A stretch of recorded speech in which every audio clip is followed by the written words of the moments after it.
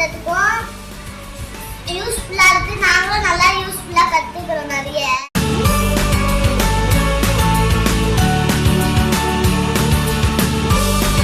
புரியுது. Sir Premkumar sir ரொம்ப அழகாக எங்களுக்கு ட்ரைனிங் கொடுத்தாரு. இன்னும் அதில் நாங்கள் கற்றுக்காததெல்லாம் இன்னைக்கு எங்களை லேர்ன் பண்ண வச்சாரு. ரொம்ப அற்புதமாக இருக்குது. நாங்கள் டெய்லி யூஸ் பண்ணிட்டு இருக்கிறோம்.